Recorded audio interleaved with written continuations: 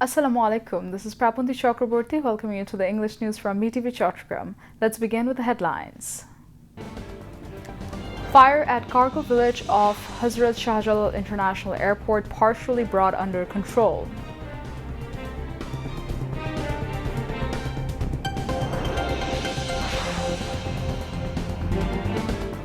Mass people urged to implement July National Charter ending all forms of discrimination.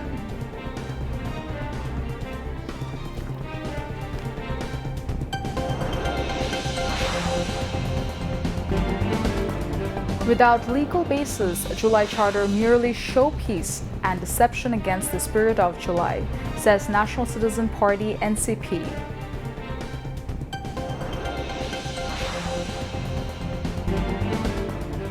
Practice of democratic culture begins with signing off July National Charter, comments BNP leader Salahuddin Ahmed.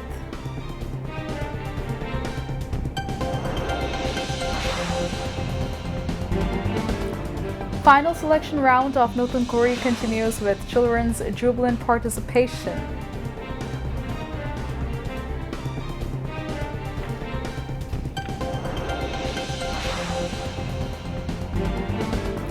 Israeli forces killed 11 members of one family in Gaza for allegedly crossing so-called Yellow Line.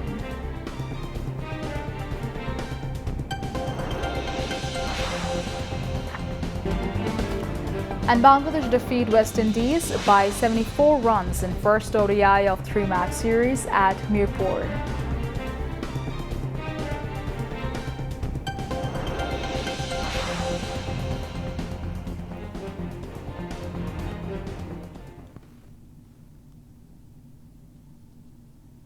Viewers, those were the headlines. Now moving on to the details. The fire that broke out at the cargo village of Hazrat Shahjalal International Airport in the capital has brought under control partially, with the blaze remaining confined to the cargo area. Confirming the development, the airport's executive director spokesperson, Flight Lieutenant Mohammed Masudul Hassan Masood, told media this evening that the blaze was brought under control through the concerted effort of all concerned. The fire service and civil defense sources said a total of 37 units from 13 fire stations have been working to douse the flames at the airport's cargo village since the fire broke out around 2:15 p.m. in the import sector of the cargo village.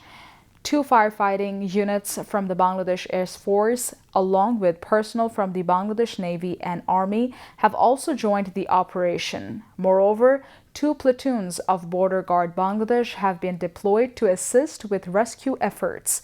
4 additional international flights have been diverted to Chattogram Airport, including 2 flights of US Bangla Airlines and 2 of Biman Bangladesh Airlines, bringing the total number of diverted domestic and international flights to 8.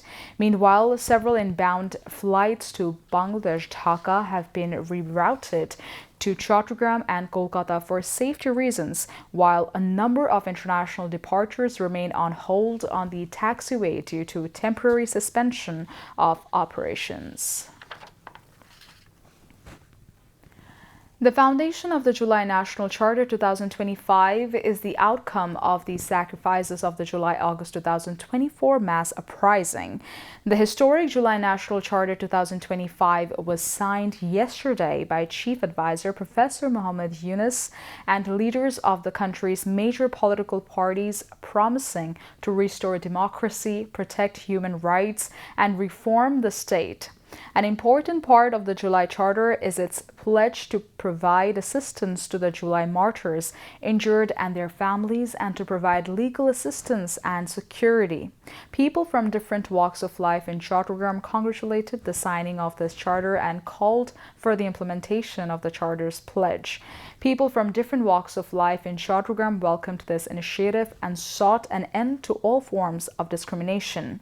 The people of the country have called for the implementation of the July National Charter as well as ensuring the security and appropriate facilities of the July warriors and all political parties to sign this pledge.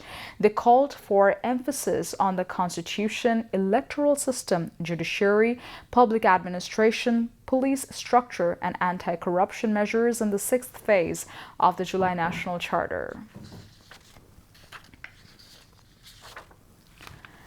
The National Citizen Party NCP co-governor Nahid Islam said the July Charter is merely a showpiece and a deception against the spirit of July if it lacks legal basis. He made the remarks today at the press conference held at the party's central office in the capital.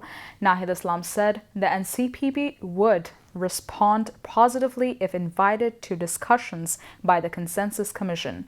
Member Secretary Akhtar Hussain said the NCP did not attend the July Charter signing ceremony because the Charter lacks a clear legal foundation and its implementation process remains vague. He also condemned the attacks on July movement activists and demanded a proper investigation into the incident.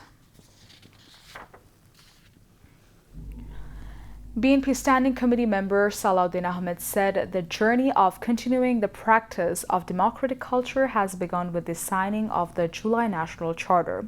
He said this after laying wreaths at the tomb of martyred President Ziaur Rahman on the occasion of the 26th founding anniversary of the Ziaur Rahman Foundation in the capital today.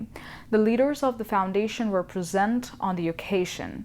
Salahuddin Ahmed also commented that the parties that could not attend the July National Charter signing ceremony will not affect the national elections. He also said the fascist collaborators are still active.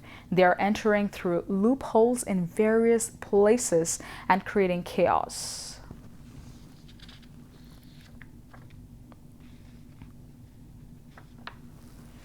The fifth day of the final selection round of Notun Kuri, the popular talent hunt program that upholds the golden legacy of Bangladesh television, was held today. In this round, 5 contestants with the highest scores in each category from the divisional selections participated. The BTV premises were filled with a festive atmosphere with the smiles, songs, dances, and recitations of the little dreamers taking part in the celebration of creativity. This grand event of creation will continue till October 21st, aiming to discover the best child artist of the future whose talents will reflect the colorful dreams of Bangladesh's next generation. Meanwhile, on the 5th day of the Dhaka divisional selection round, Additional Secretary of Broadcasting of the Ministry of Information and Broadcasting, Mohammad Altaf ul Alam, and Joint Secretary Mahafza Akhtar visited the event today. They were accompanied by Bangladesh Television's Deputy Director General of Program Mohammad Fakhrul Alam, Director of Finance Mohammad Zahirul Islam Mia, and co-governor of the Final Round Audition Committee Nurul Azam. Launched in 1976 on Bangladesh Television, Notun Kuri was the first reality show-style talent hunt program in the subcontinent. Many renowned artists began their journeys from this platform. After a long hiatus, Notun Kuri has returned with its original name and theme song. Now, international news.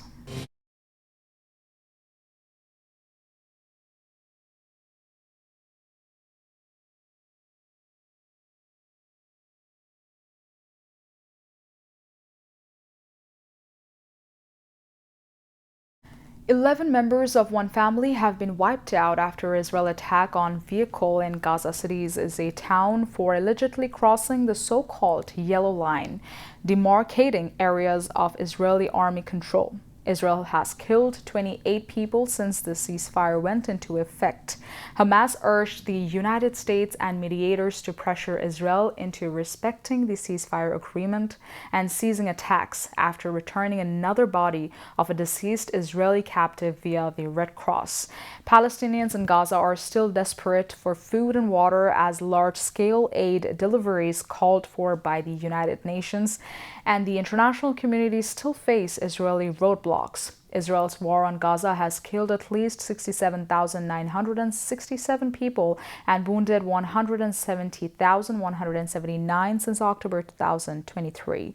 A total of 1,139 people were killed in Israel during the October 7, 2023 attacks, and all about 200 were taken captive.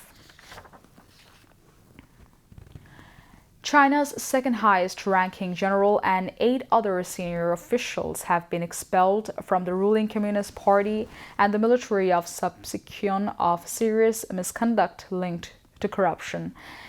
He Daidong, who was the vice chair of the powerful Central Military Commission, is the most senior official targeted so far in the ongoing anti-corruption drive against Chinese military leaders. Defense Ministry spokesperson Zhang Xiaogang said the 9 officials are suspected of extremely serious crimes involving exceptionally large sums of money. Their cases have been investigated and referred to military prosecutors for review and prosecution, he added. Government anti-corruption drives have become a signature policy of Chinese leader Xi Jinping since he came to power in 2012. Thousands of officials have been purged, including high-profile political rivals. He also was one of the 24 members of the Politburo, the second highest Communist Party body after the 7-member Politburo Standing Committee. 40 people were killed and at least 170 others injured in a Pakistani airstrike in Spin Boldak city of Kandahar province in Afghanistan. The city of Spin Boldak is located near the Afghanistan-Pakistan border. Citing Spin Boldak's chief health officer, Karimullah Zubair Aga, Afghan news outlet Tolu News said, all the victims and the injured are civilians, with a large portion being women and children.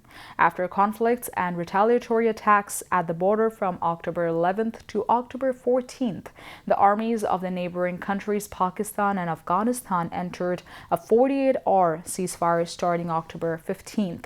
The ceasefire period ended on October 17th at around 1 p.m. local time. Pakistan carried out this attack just a few hours after the ceasefire ended. Additionally, on Friday night, at least 6 people, including 3 Afghan cricketers, were killed in multiple Pakistani airstrikes in Patika province. In response to this incident, Afghanistan has withdrawn from the triangular series with the Pakistani cricket team. Next month, a T20 series was scheduled to take place among Pakistan, Afghanistan, and Sri Lanka. Now, sports news.